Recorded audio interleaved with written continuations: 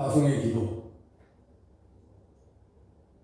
사랑과 생명의 주이신 하나님 아버지, 오늘 우리는 한 가정을 주님의 손에 올려드리며 파송의 기도를 드립니다.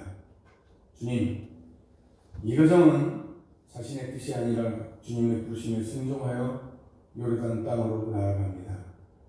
이미 그 땅에 계신 주님을 따라 한 걸음 한 걸음 믿음으로 떠나오니 그 길의 처음과 끝을 주께서 책임져 주옵소서. 아버지 하나님, 이 가정의 가장인 아들을 붙드사 두려움보다 사명을, 염려보다 신뢰를 선택하게 하시고 날마다 주님의 음성에 민감한 겸손한 종 되게 하옵소서.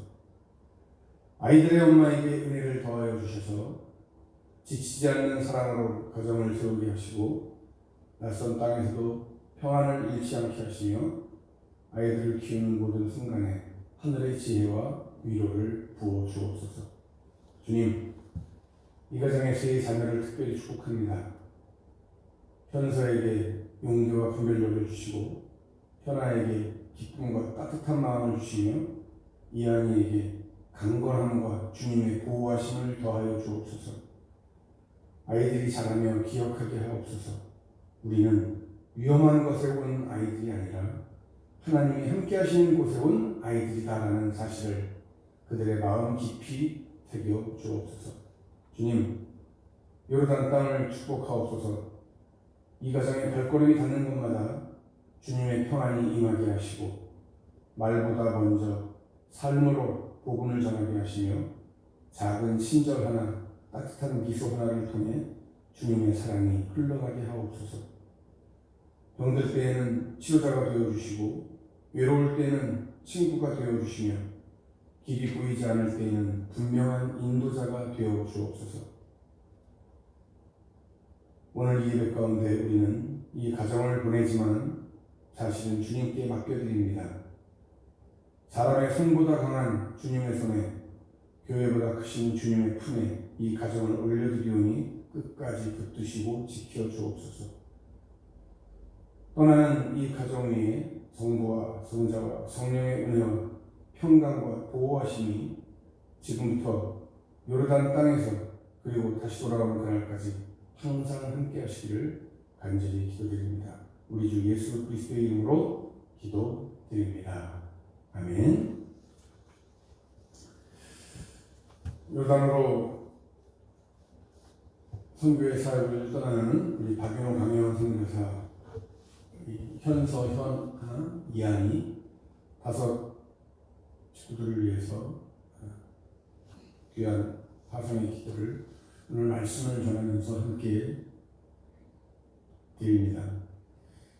무엇보다 하나님 기뻐하시는 성결한 삶으로 요르단에서도 승리할 수 있는 하나님의 귀한 종의 가정, 홍계사의 가정 되기를 축복합니다.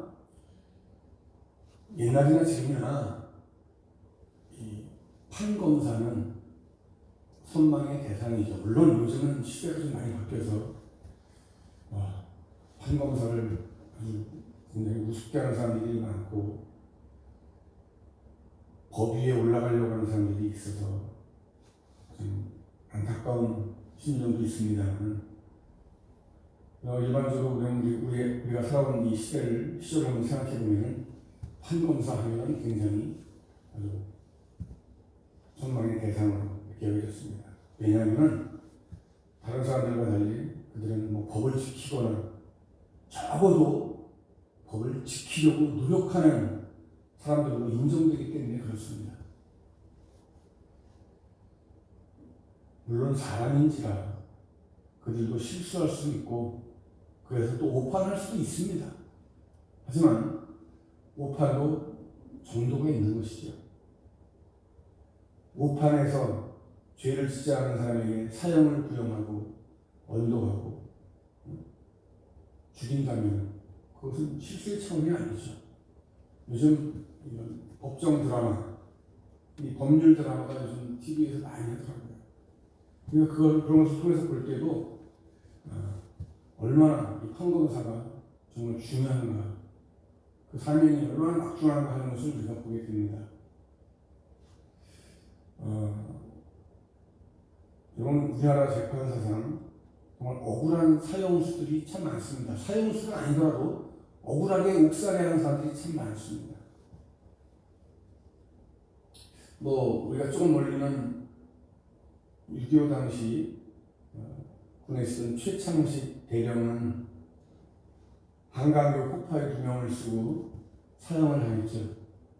근데 그로부터 14년이 지나서 무죄로 번복이 됐어요. 이미 죽었는데, 14년 전에 죽었는데 무죄로 번복이 됐어요. 그의 가족들은 얼마나 정말 피눈물 나고 억울하겠어요. 이건 그뿐 아닙니다. 우리가 이제 멀리 볼 것 없이 가까운 근래로 따지면요, 제가 2025년 9월 18일에 방영된 꼬리에 꼬리를 무는 그날 이야기를 봤는데, 그때 이야기가 뭐였냐면은 61년 전에 1964년에 당시 18세였던 소녀 최말자라고 하는 소녀 이야기입니다. 이 최말자 할머니가 18살 때 한 청년의 성폭행 시도에 맞서서 어떻게 했어요? 가해자의 혀를 깨물었어요. 가해자의 혀를 깨물어서 혀를 잘랐어요. 이렇게 저항했지만 18세 최말자 소녀에게 돌아온 것은 중상해죄라고 하는 판결로 정당방위가 인정받지 못했어요. 그리고 징역 10개월에 집행유예 2년을 선고받았어요.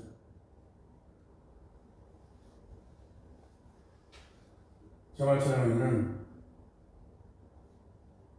포기하지 않고 무려 56년 만에 용기를 내서 재심을 신청했는데 첫 재심이 기각이 됐어요.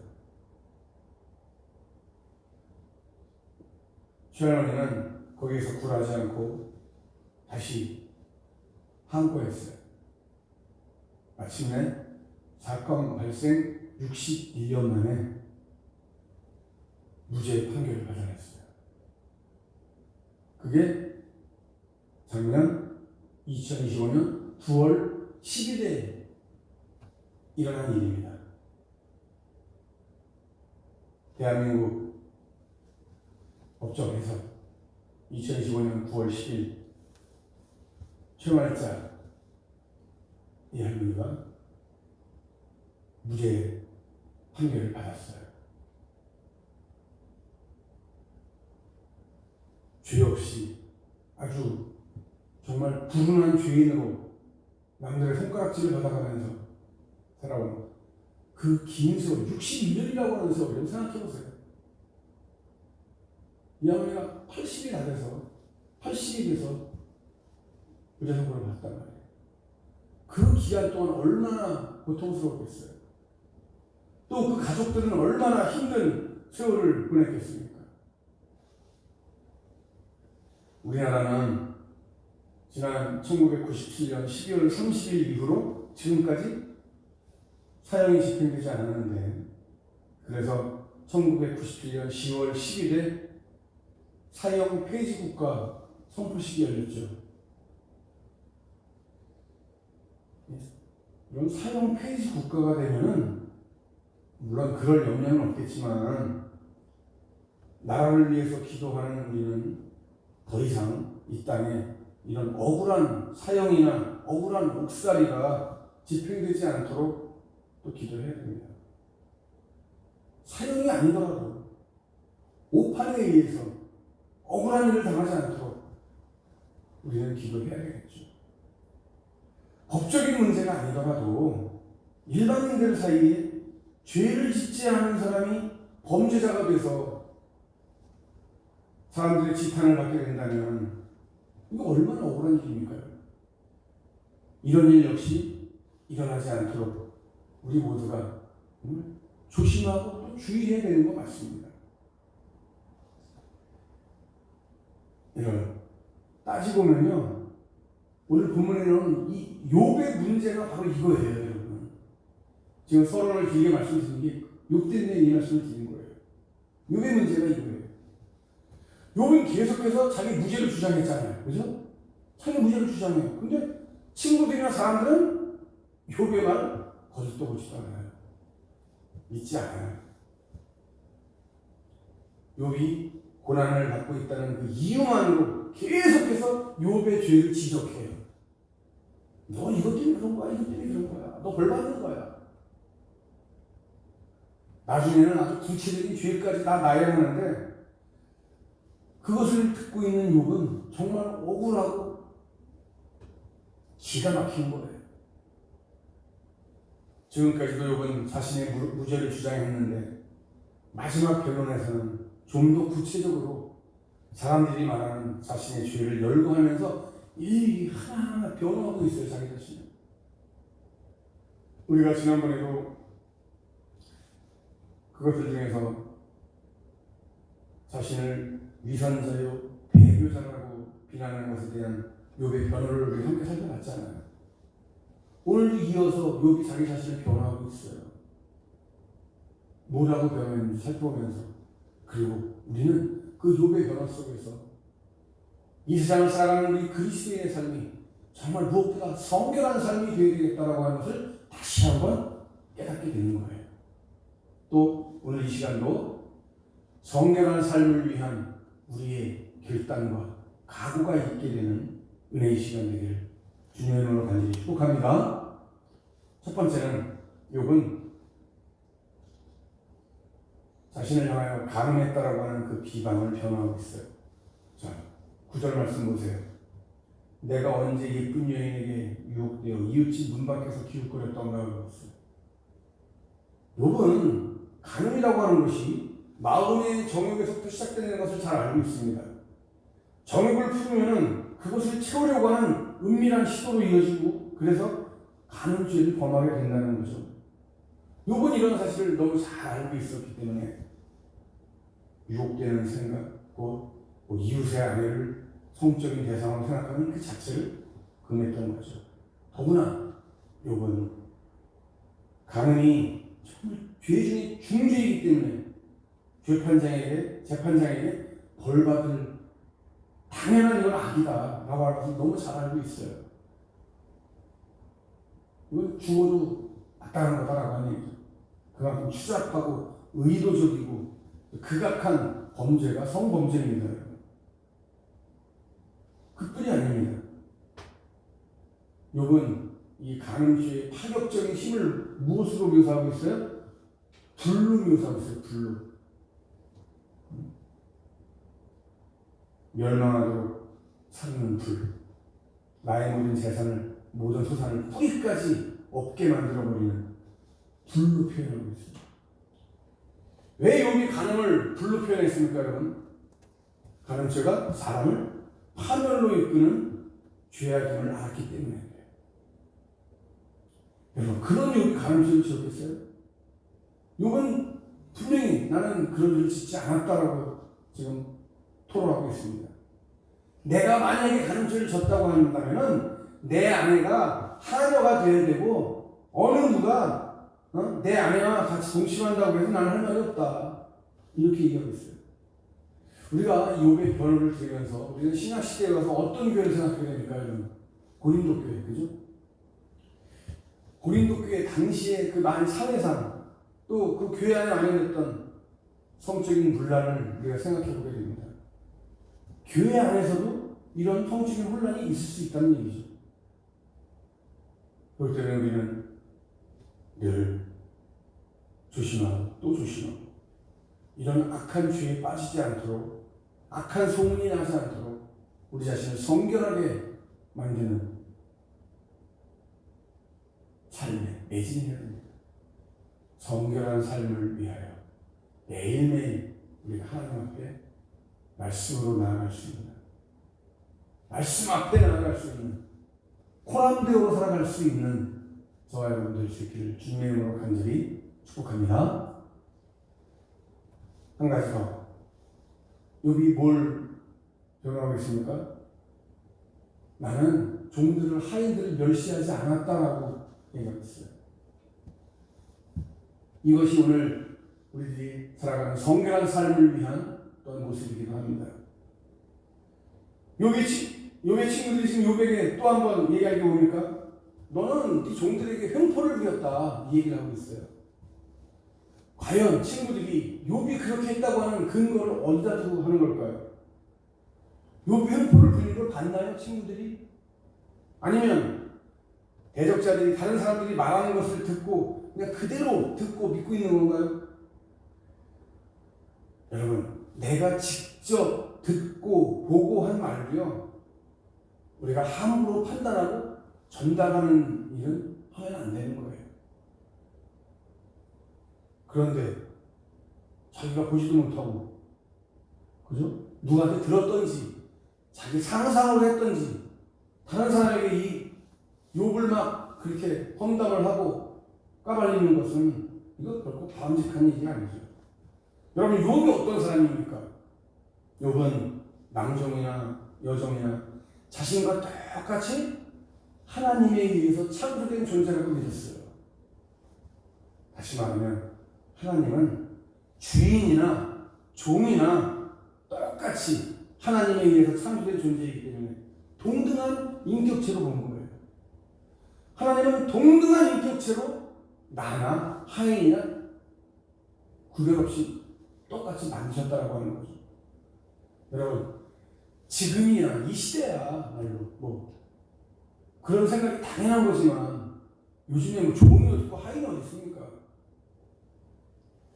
하지만 여러분, 노예제도가 존재하던 당시에는 결코 쉬운 생각이 아니죠. 여러분, 어떻게 내 기득권을, 주인이라고 하는, 상전이라고 하는 기득권을 내려놓고 여러분, 나는 종과 같다, 하인과 같은 입장이다, 인격체다 라고 말하는 사람 쉽지 않아요. 그렇죠?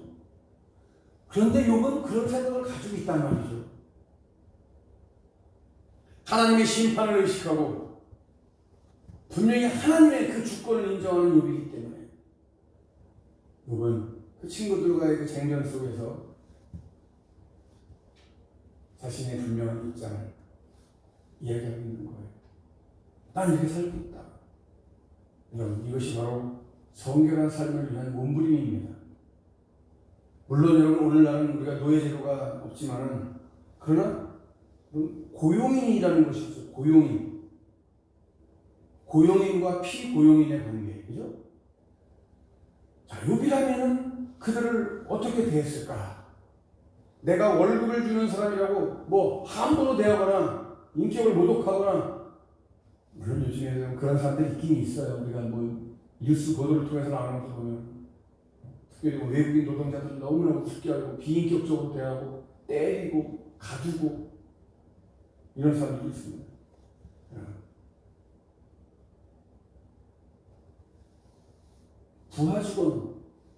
부하직원이라고 해서 그 사람이 인격을 무시당해야 되는 사람이 아니잖아. 예수님을 보세요. 제자들에게 발을 씻겨주신 우리 주님 아닙니까? 그렇죠? 오늘 우리들 예수님의 마음으로 섬김의 자세로 살아가고자 하는 이것이 성결한 삶을 위한 기본적인 자세다. 여러분, 이러한 예를 들지 않고 우리의 삶 속에서 매 순간순간 누구를 대하든지 누구를 만나든지 하나님의 소중한 창조물, 바로 나 그리고 너,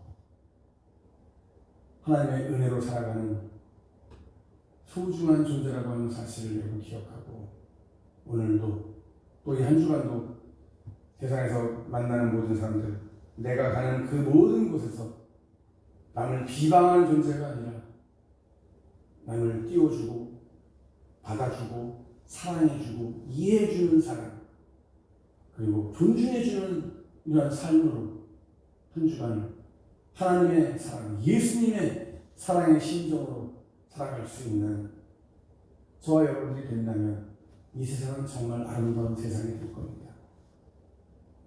우리 우리 선교사로 파송받는 우리 박영호 선교사 가족도 기도도 했지만 받는 그 요르단 땅에서 하나님이 기뻐하시는 참된 선지자, 참된 선교사의 모습으로 요르단 모든 사람들에게 사랑받고 존경받는 주의 종 가정이 될 수 있기를 주님의 이름으로 간절히 축복합니다. 우리도 한 주간 살아가면서 그러한 모습으로 예수님의 심정을 가지고 살아갈 수 있는 참 사랑의 선교사들이 되시기를 주님의 이름으로 간절히 축복합니다.